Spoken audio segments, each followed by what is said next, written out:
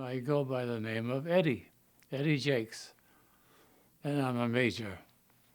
Just recently, this is the love of my life. The girl I met 73, 74 years ago, and decided that day I was going to marry her. And I did. We've been married for 69 years, going on 70 pretty soon, then 75. We're going to be together for a long time, huh, Marie? I hope so. Okay, hang on. Hang on. Hang on. Yeah, I went to school, French school in West Warwick, and then high school in West Warwick also. I was an altar boy until I was 17 or 18 years old, till I went into service, I guess. My mother was very much devout Catholic, and anytime they had something to be done at the church or at the convent for the nuns, my mother would say, Eddie will do it. Or she used to call me Edouard. Edouard will do it. My father left when I was probably 12, I guess about 12 years old.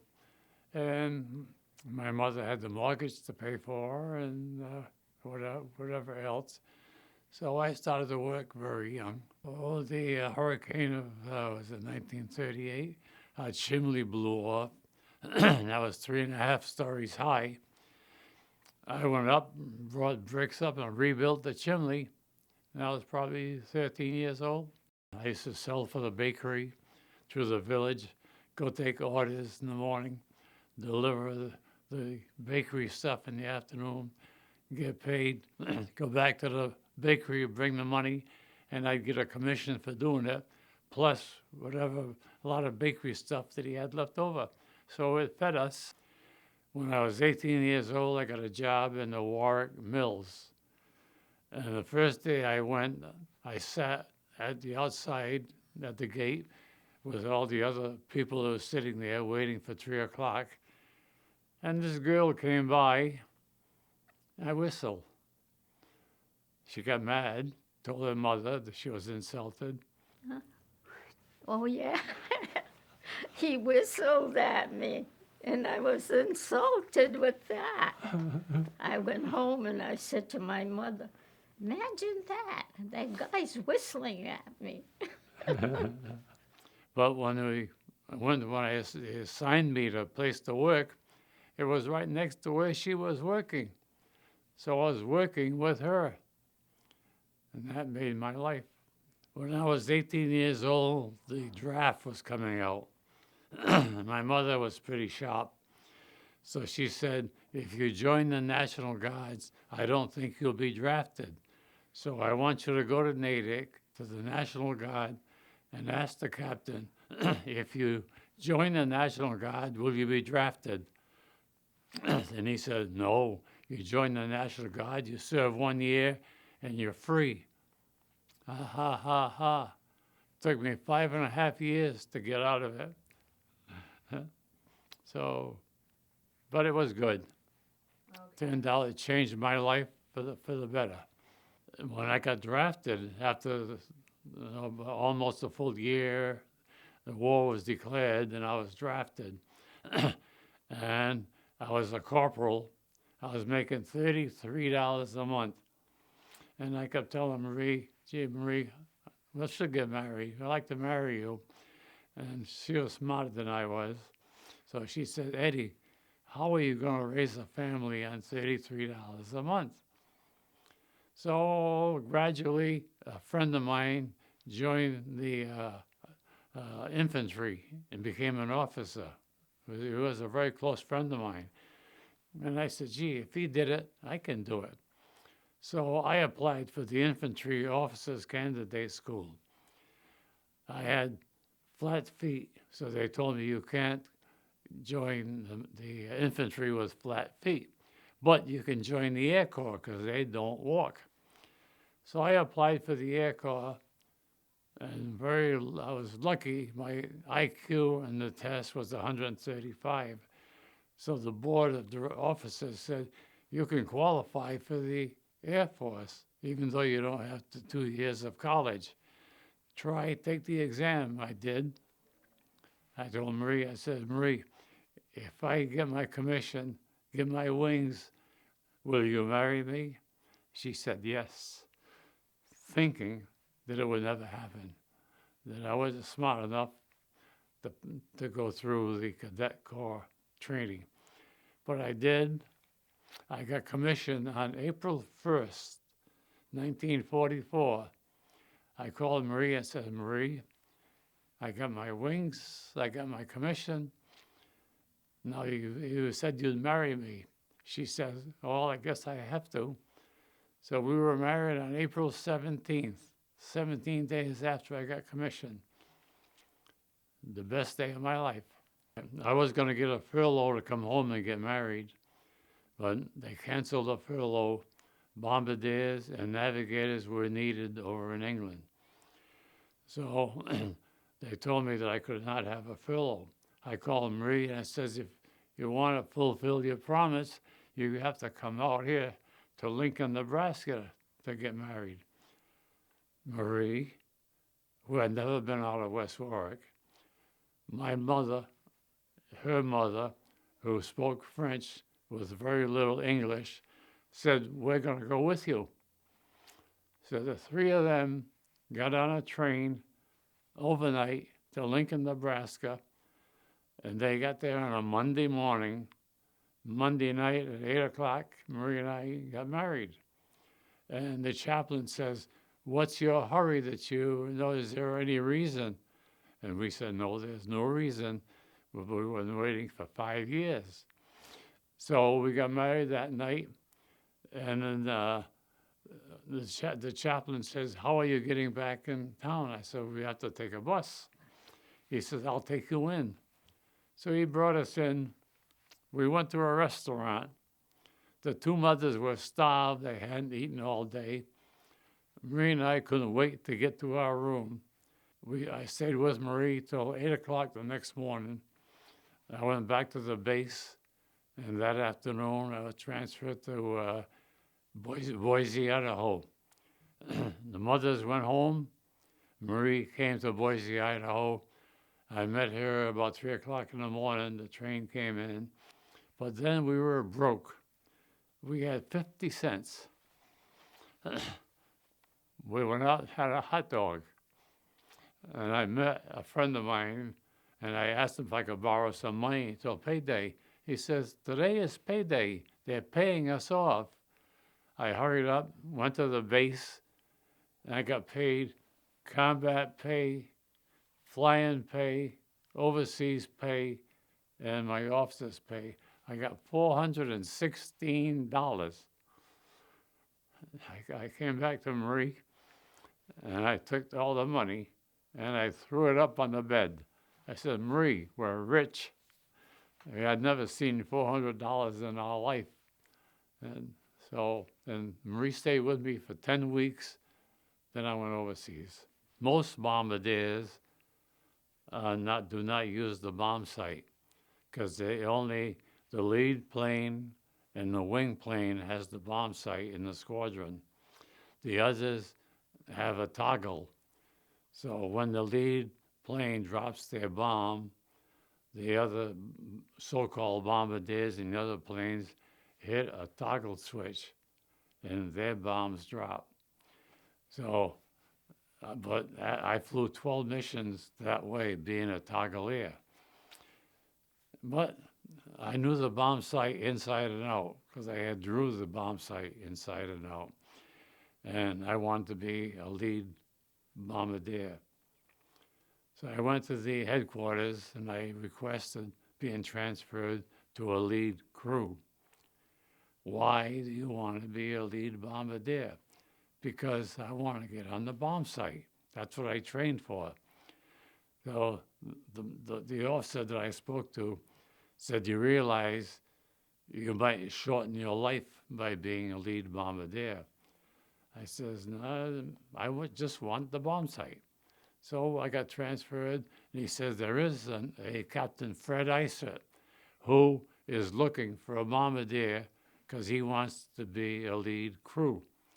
So I was assigned to Fred Iset's plane, and I became a lead crew bombardier.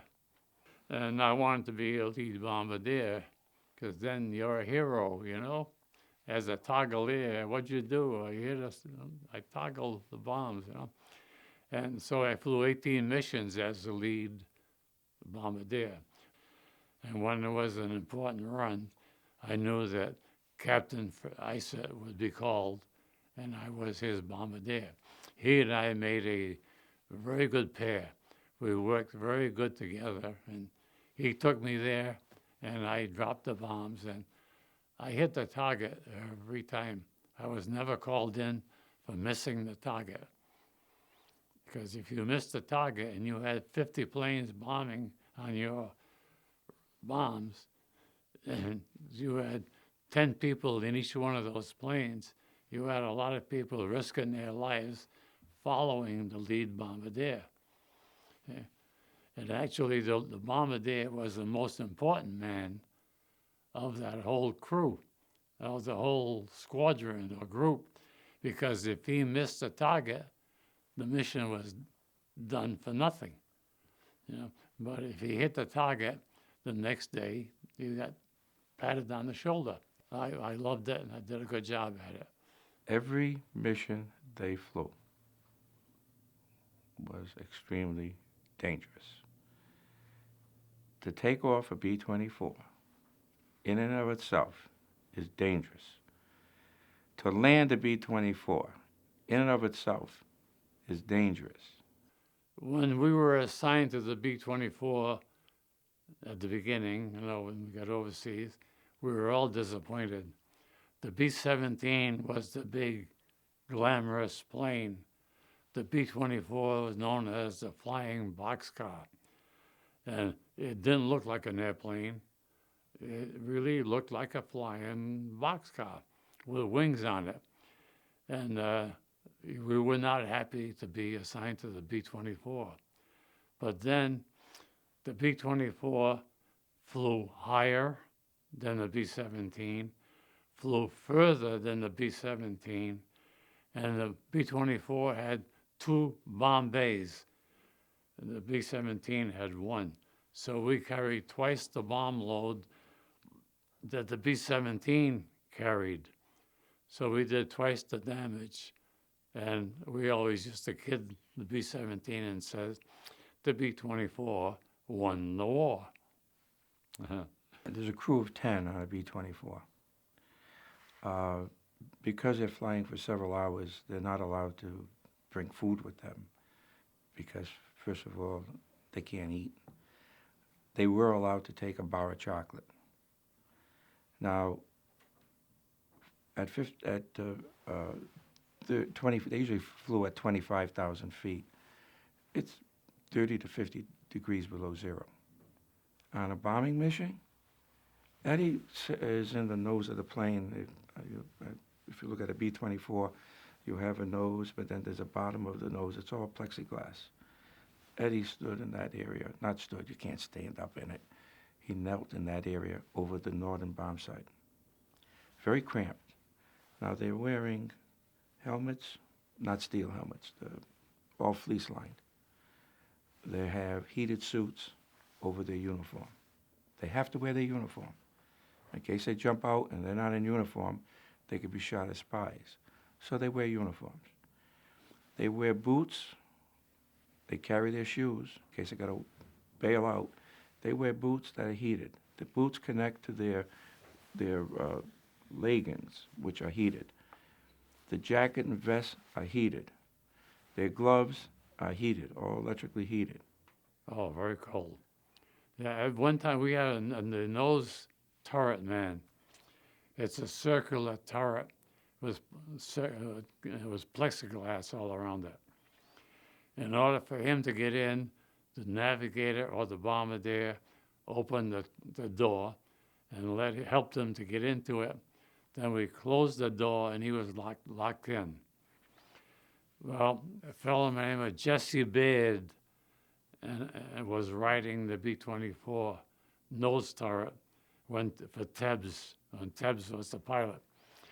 And Tebbs says, On the intercom came Jesse Beard says, nose turret to pilot. Can I get out of here? I'm freezing. The plexiglass is blown off. They hit the plexiglass, and the wind is hitting me, and I'm frozen. So the pilot didn't know that. Nobody got hit. They had got hit, but didn't know how bad. So they helped get the nose turret guy out of it, and he was frozen stiff. In that front with no plexiglass in front of him. The wind was hitting him, going at 180 miles an hour, up at 25,000 feet. Yeah. You knelt down at the bomb site, and you sat on your rear end, and there was two knobs you had to turn, and one directed the plane, the direction of the airplane. As soon as you hit the bomb run, the bombardier took control of the airplane. So you had to keep it and lined it up with the target, and then you had to keep it from going up and down. So with those knobs, you control the direction. And so you had a dial, and you set the speed of you had all kinds of gadgets you had to set in the airplane, in the bomb site. And when you had a crosshair, and when that crosshair came up and hit the spot that you had marked for the bombs dropped. So if you were going too fast, you had to back it up, or too slow. You had to keep adjusting till you got that crosshair right on the target. And as you did, the bombs dropped and the plane would pop up because it would lose all that weight. As soon as you bombs away, your plane would jump up a few hundred feet. Well, if you're old enough, you remember the old wood, the old black stoves, kitchen stoves that had these rings, and you had a fork that opened up the ring and you put the wood in. Well, the bombardiers had no flak suit, no helmet, no gloves. Because of being on the bomb site, kneeling over it, you couldn't have a heavy flak suit. You couldn't have a helmet. So if you seen a man walking towards the plane and he had those black plate hung on his belt, you knew he was a bombardier because he sat on it between his heels and his rear end. You can hit me anywhere, but don't hit me there. Now, on a bomb run, we're only talking 5 minutes, Eddie's over the bomb site, kneeling over. He has an oxygen mask on, and the oxygen mask sometimes is pushing against his face. He may even have to take that oxygen mask off in order to get close enough to the bomb site. Meanwhile, ice is building up because you're breathing into the oxygen mask. The oxygen's forming with the coldness is forming water. The water turns to ice immediately. So these men will be ice on their face, sometimes frostbite because of it. After the bomb run, they put their oxygen mask back on. Meanwhile, all the other members of the crew have oxygen masks on. Now, just the oxygen mask alone can cause such serious problems. A lot of times the oxygen did not get through to the crewman, and he doesn't know it. Before you know it, he's passed out. And if someone doesn't see it or get to him soon enough, he's going to die. And many guys have laid down because they're not getting sufficient oxygen, and they're turning blue. So another crewman has to help them. Oxygen was a serious problem to keep the oxygen flowing for these men. The first thing out of the lead plane was 2 smoke markers. And the idea of that was that the fellow behind you who was on the toggle, by the time he saw it and hit it, Then the fellow behind him saw his bombs drop and hit his toggle and toggle. It took a fraction of a second, and that caused blanket bombing. If they all went exactly at the same time, it would be one target. But by the human waiting, not just the reaction of a human to hit that toggle, caused a blanket bombing. And if you hit the target, did a good job, the next day, the picture of your hit would be up on the bulletin board. Let me tell you about the first mission. The first 2 weeks we were there, when the airplanes took off in the morning, we would go out there and watch them take off. When they came back in the afternoon, they would, on the loudspeaker, tell us the planes are coming in. All the recruits would go down and watch them come back, and we would count how many went and how many came back. One day, my name was up in my crew to fly the next day. I says, I'm not coming back. I'm going to be one of those that don't come back. You know? So I went to the post office, and I took my money that I had in my pocket, except for a couple of dollars, and I made a money order and sent it to Marie. Because in my mind, I wasn't going to let the Germans have my money that I had in my pocket. So I sent it to Marie, and I wrote her a letter telling her why, you know. I went on the mission. I came back. I didn't have any money. So I hurried up. I wrote to Marie. No telephones in those days. I wrote to Marie, send my money back. I made it. And from there on, I kept my money. And if you're flying at 30,000 feet for 8 hours, every minute you're in the sky, and especially on the bomb run, is extremely dangerous. And as Eddie would tell you, the sky would be black with flak. And you want to tell the pilot, let's get out of here, turn left, turn back, get out of here. And they fly straight into the flak. Every mission was like that. When you had your eyes stuck on the bomb site, you actually didn't see it, you know? But before we got through it, whenever we saw the flak over the target, there were no enemy airplanes because the planes kept away from going through the flak. But the flak, and on that flak, it would be a red fire explosion, then a black smoke going up like a mushroom. And they used to tell us back on the base, if you see the explosion, don't worry. It's the one you don't see that's going to kill you. Yeah? But still, you would see them over there, all over the place. And you'd say, we're going to go right through that. How can they miss us? But they did. They missed us. But we used to lose 10, 15 planes, you know. We had a wingman, the two planes that had the bomb site, the lead and the wingman. He got hit, direct hit, and blew up right next to us, very close to us. 10 men in that plane died at that time. 50 feet away, it would have been us.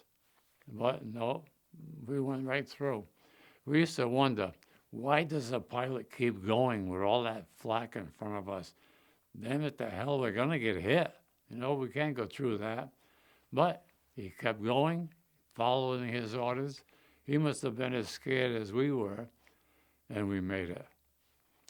We made every mission through the flak, no matter how black the sky was. And we always never felt that we were going to get hit. Although one day we did get a piece of flak that came up between the navigator, who was back to back with me, and myself. It missed between us about 5 inches, went right through it, blew up the bottom of the plane, the plywood that I was kneeling on, and stuck in the ceiling of the airplane. When we landed, the crew chief says, you got a piece of flak sticking out of the top of the plane. I said, I want it. So he climbed up there, took it, and I took it home and I had it for years. A priest gave me a rosary, and he said, Eddie, the Germans will never knock a plane out of the sky that the Blessed Virgin is riding in. He gave me a rosary. He said, take this with you. I took it on every mission, and I never got a scratch. He flew gas missions, and they weren't bombing missions. They had to fly gas to the Third Army, Patton's Army, in France. Patton was running out of gas, so the 8th Air Force would fly cans of gas to France. It would happen that in the morning they would load up the plane with as many cans of gas as they could, fly to England, fly to France. We go to San Quentin. We went to Lille for a little while. Then we went to San Quentin. And we would get there around noontime, and while they unloaded our plane, all those cans of gas, and put back empty ones in there, we would go into town and go eat. And we didn't have any money with us, so not enough that we could. So we would take a K-ration box, go into the mess hall, have it filled up with coffee. And the French people had no coffee all during the war when the Nazis were there. So we go with our box of coffee, and we go to a restaurant and say, we got a box of coffee. You feed us. They go crazy. They hadn't had coffee for years. So we trade a box of coffee grounds for a meal. And I had one couple, Albert Decroix, and his wife and 2 kids. Every day they come and look for my plane that I was in. It was a red tail with a white line, and they knew my plane. I'd give them coffee. Then I started bringing butter, and I brought eggs, different things, and I would give them to this couple, just give them to them. And when the war ended, we corresponded, and to this day, we correspond with Albert Decroix's grandchildren. When my granddaughter got married, they came out to the wedding, him and his wife. Well, the reason why I flew on those gas runs, why I went every day, they would ask me to go, would be a skeleton crew, the pilot, co-pilot, navigator, and a couple of enlisted men. And I would go because I spoke French. And I would set up dates for the other guys with the French girls. And the French girls didn't speak English. So I'd even write a note, show them in French, show me the way to the airfield where the B-24 Liberators are. Both pilots told me, Pilot Tebbs and Pilot Isert told me that they were more frightened flying gasoline to France than going on a bombing mission. And several planes did crash and blow up because of the gas fumes.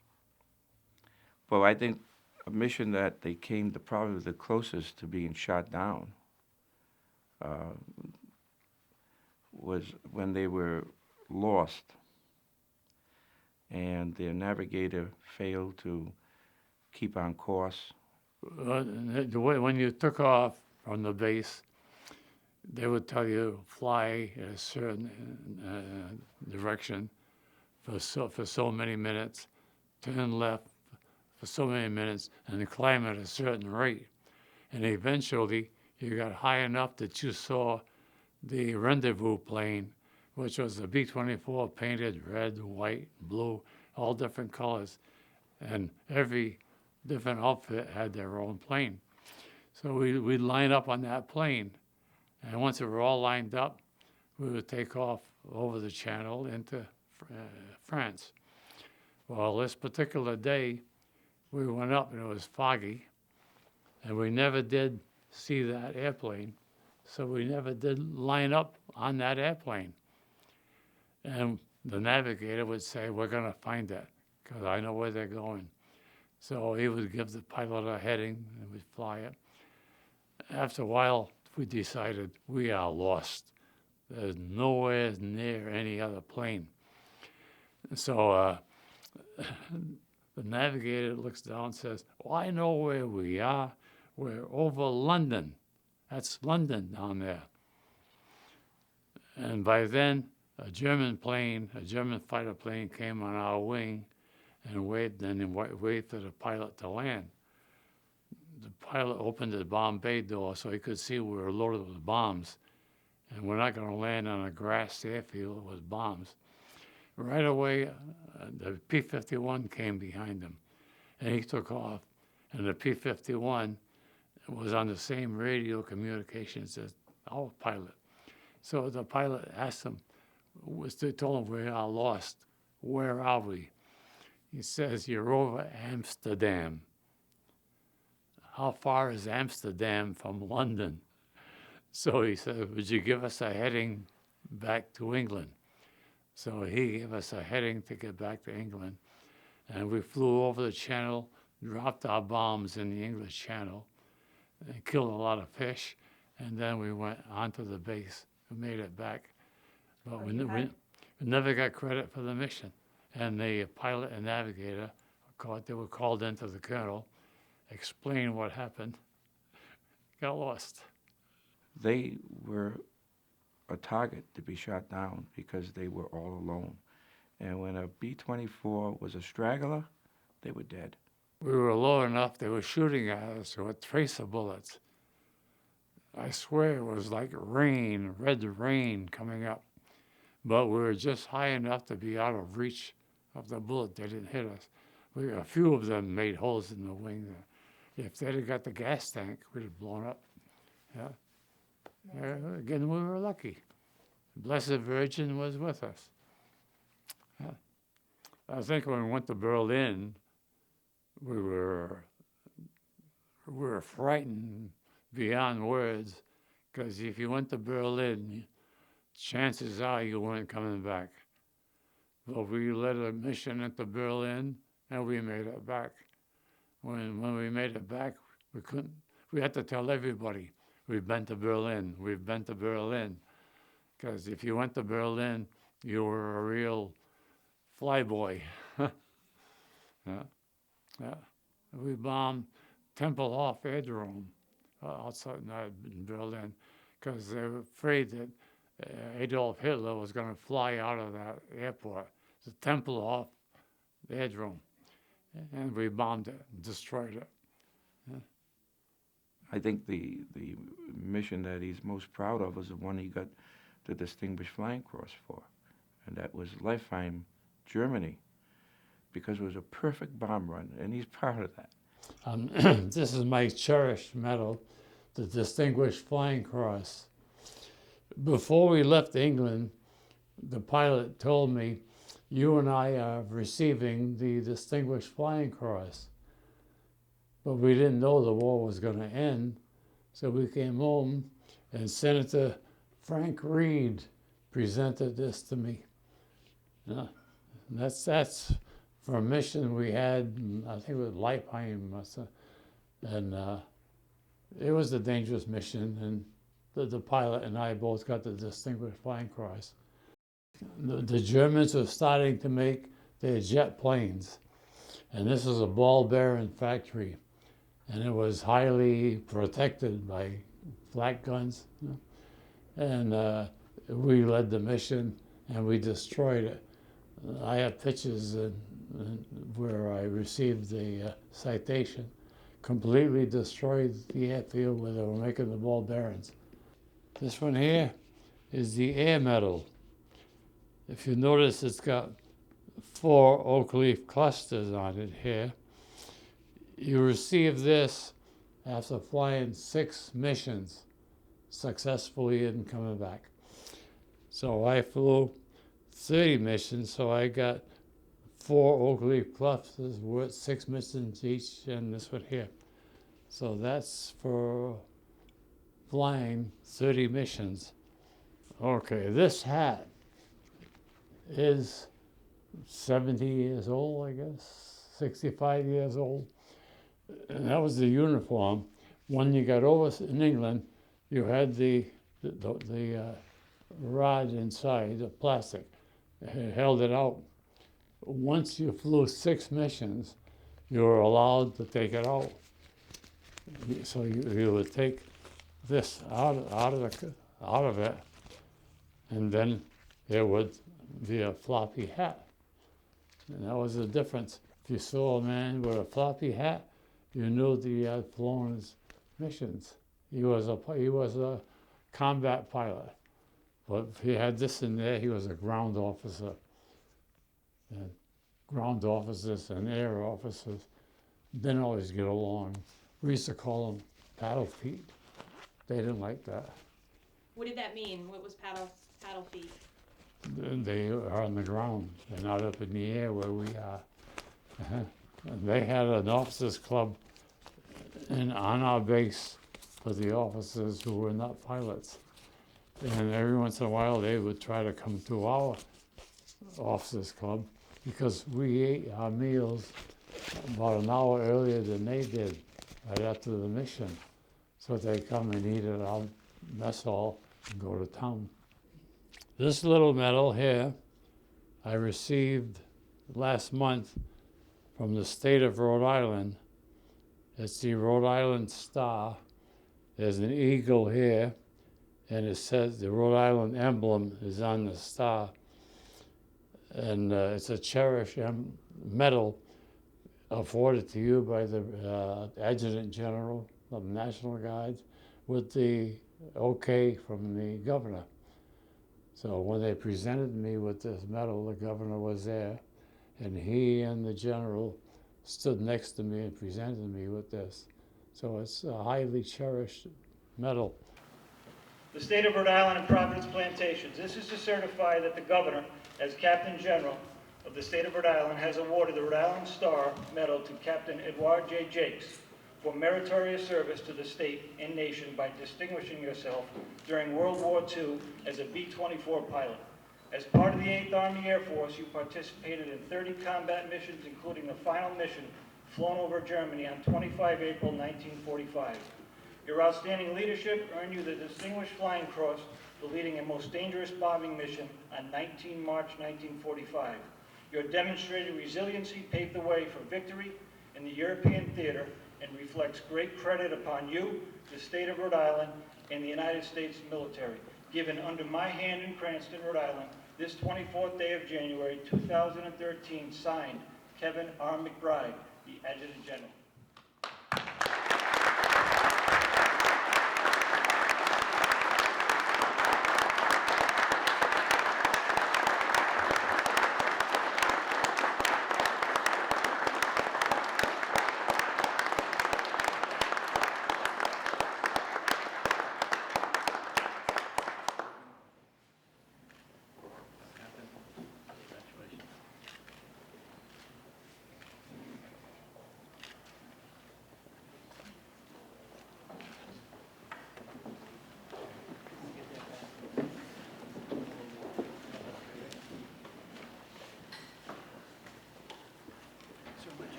Attention to orders.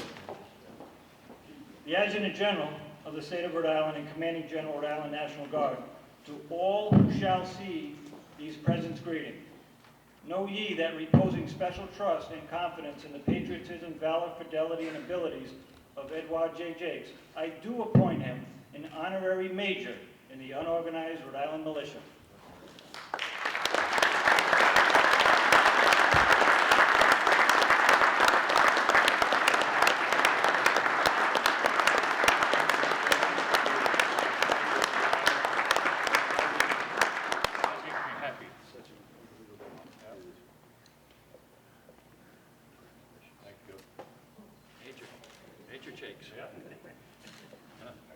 It's funny, I've been a captain in the reserves for 50, 60 years, and I always thought if I had stayed in the reserve active just a couple of more years, I'd have been made major. But I had the kids, 3 boys, the mortgage, the car payments, so I had to work. So I couldn't go to my weekends. So now they promoted me to major. So when I die, it's going to say Major Eddie Jakes. I'm so grateful to them for this medal, for that. Arthur Capaldi, who is an attorney here in Coventry, also a judge, 6 years ago, he saw the booklets that I had, the scrapbooks, and all these things there, and he started to interview me and several people that I flew with, both pilots. We went to Utah twice, interviewed the pilots, and he's now dead.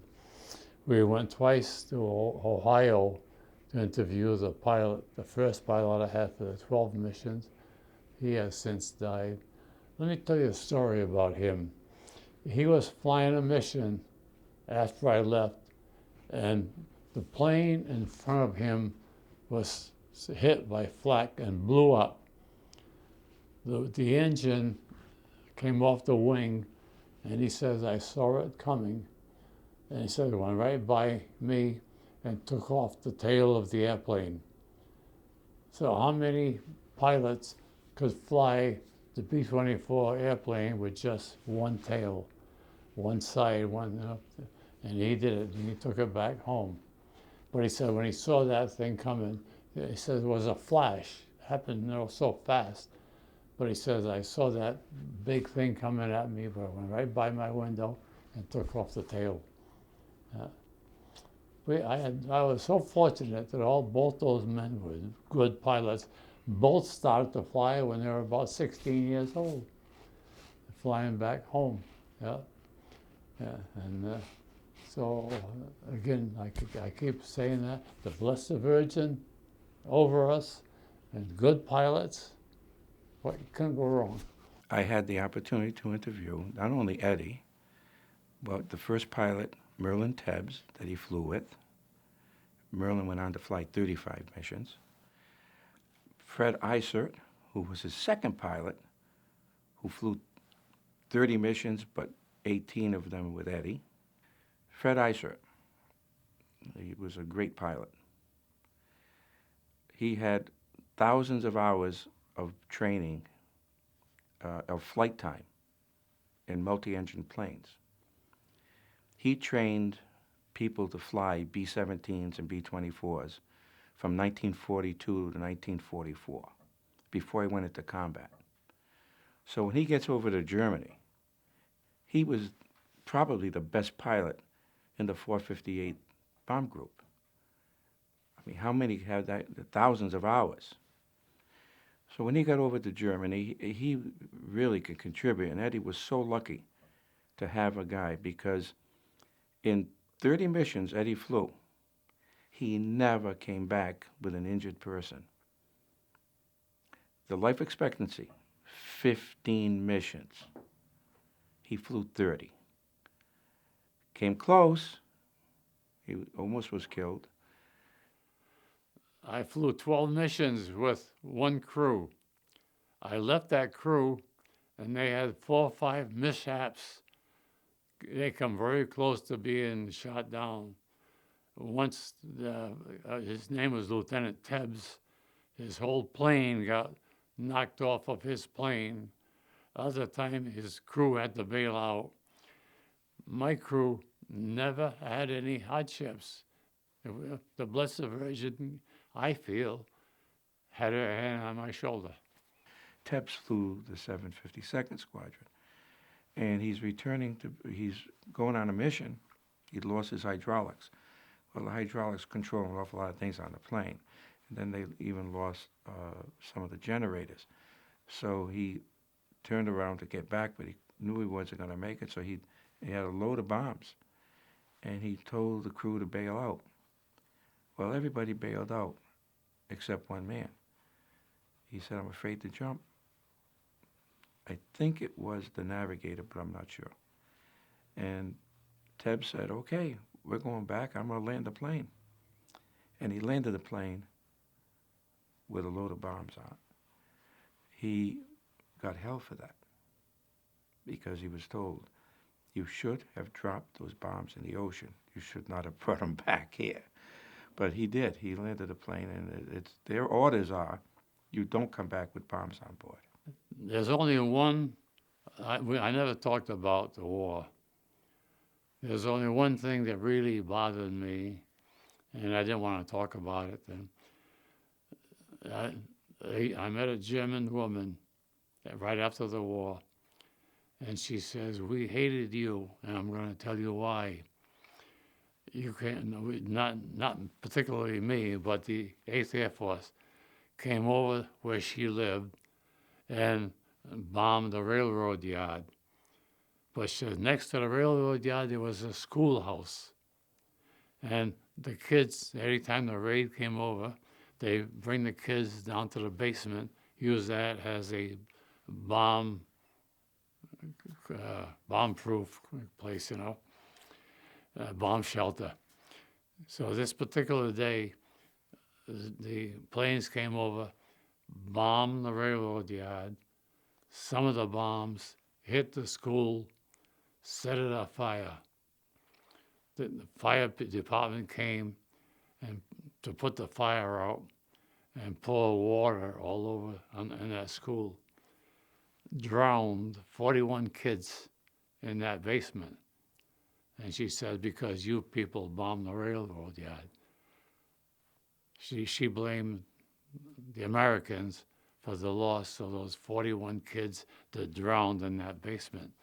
And I always remember that I always remember those 41 kids yelling and drowning in that water, So you learn things like that, and then you don't forget them. You try to help people. That's I spent my life trying to help people. I was always in a position to do it. One day, I was sleeping. This is a story. And I heard a big explosion, and I woke up and jumped out of the bed. And I jumped up in bed, bang, right, it woke me up. I thought it happened in the house. I looked at the clock. It was 4:58. 58 minutes after 4. That was the name of my bomb group. I was flying with the 458th bomb group. Coincidence that I heard that explosion. I looked at the clock, and it was 4:58. That's part of PTSD. You dream of it once in a while. No, nobody knew what it was. Not till, I guess, lately, the last 20 years. Yeah. They didn't even call it PTSD. Just get over it. It's up to you to get over it. Yeah. The bravery, but they didn't look at what they did as brave. They had a job to do, and they looked at it as a job. These men that went overseas wanted to get over there, get it over with, and get on with life. That's what they wanted. 23 years old, 24 years old, you did what they told you. You fly a mission, 2 days later, you fly another mission. They tell you you're going up, and you do it. If you were 40 years old, you tell them to go to hell. I'm not going, lock me up, do what you want. I'm not going over. But in those days, you did it. You followed orders. They didn't go in the plane and say, I'm doing this for the Constitution of the United States. They said, I'm doing this because it has to be done. And I want to get home to my family. Eddie's an amazing man. I know his childhood probably as well as he does. And the things he did growing up were just amazing. He became a taxidermist at 13. Why? He could make money selling the little squirrels. That's the kind of men that all of them were. And it's something that I think about every day when I look at a newspaper and I see that little flag, meaning they were a veteran. They were amazing people. But like Eddie would tell you, those medals he gets in the gut were not for him. It's for him and his memory of all those men. When he got his medals that he should have gotten in World War II from Senator Jack Reed, he said, "Thanks to my wonderful crew." This guy is an icon. He is part of a breed that's not going to be here very long, and I want to hear more about what he did. And that's how I started with the thought of at least writing a book about him and his crew. I said, these guys are always in the shadows. Shadow heroes. Because that's what they are. They stayed in the shadows. Hopefully the book will bring them out into the daylight, at least these men.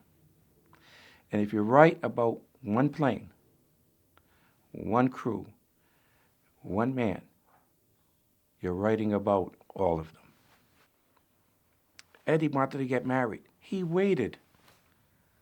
He said, "I'll become an officer." I mean, how do you go without being a high school grad? In World War II, you had to have 2 years of college. What was his chances of becoming an officer? He didn't get discouraged. He did it. And it wasn't easy. And he flew a plane, 70 hours of flight time. And why didn't he stay with piloting? Had he stayed with piloting, he already made it through. He made it through basic. He was going to primary, which was the second step to becoming a pilot. And he didn't make it because he was worried that the lieutenant who was going to decide out of the 5 or 6 men that he had to pick 3 of them to go on for piloting. If I don't make it, I don't become an officer. So if I have an opportunity to become an officer and get my wings as a bombardier, I can marry Marie. That's a beautiful story. I will show you. This represents the Blessed Virgin. And for 30 missions, she was around my neck. And like the priest said, the Germans will not knock a plane out of the sky that the Blessed Virgin is riding in. And that was so true. Yeah? When I left the first crew after 12 missions, they had several mishaps. I went to the new crew, never had any mishaps. We both had good pilots, and I had this. Yeah. And I blame her, or I say that she had her hand on my shoulder. I've had so many close calls all my life, in my car and whatever. And I always miss it. Just close call and that's it. I say she's the one that corrected my driving or whatever. I very strongly believe that she's my agent. If I need something from the good Lord, she'll ask for me. Yeah. And I've been lucky. Marie and I have both been so lucky. You know, everything's turned out good for us. You wrote to me every day? Yes, I did. And send me Mrs. Grass's Soup. He liked that. He would cook for all his friends out there because they knew he was getting a package, you know, every month, wasn't it? Every week? I forgot. I think you sent it every week. I was Every always week. getting them. Before I went overseas, I went to Ionati's florist in Coventry here, and I asked Mrs. Ionati if she would send her a bouquet of flowers every month on the 17th. and I would send her the money. I said, how much? She says, $5. A bouquet of roses in those days was $5. So every month I'd write to her and send her $5, and she would send flowers to Marie. I came back from the service. I went to thank her for doing that. And she said, do you know, 1 month you sent me a letter, but there was no $5 in it. But she says, I sent the flowers anyway. So I said, well, I'll give you the $5. She says, nope, I sent the flowers anyway. So Marie got a bouquet of flowers every month on the 17th. Yeah. Huh? Mhm. Yeah. And this medal here is I cherish the most of all. That's my Marie when I married her. That's what she looked like then. And I don't have a current picture to show you, but she's still a pretty girl. Yeah. I'm going to come back. I kept telling her, I'll be back. I'll be back. I remember when I came back, I landed in Windsor Locks, Connecticut. Then they took it by bus to Fort Devens in Massachusetts. And there I called her Marie, and her and my sister came after me. And I remember to this day the dress she was wearing. Green and white striped dress. I remember that dress, and I saw her for the first time. Yeah, that was my Marie. I love her, I think, as much or more now. I think maybe because of our age, I love her more now than I did then. I go to bed every night. We go to bed. I put my hand on her shoulder and say, I love you, Marie. I hug her every day. Yeah, I love that girl. A nice I've picture. got many pictures of Marie in the scrapbooks I was looking at, and in every one of them, she's smiling. You know, among other people, they're serious. Marie is smiling. Well, I'm a lucky girl. So that's why I smile.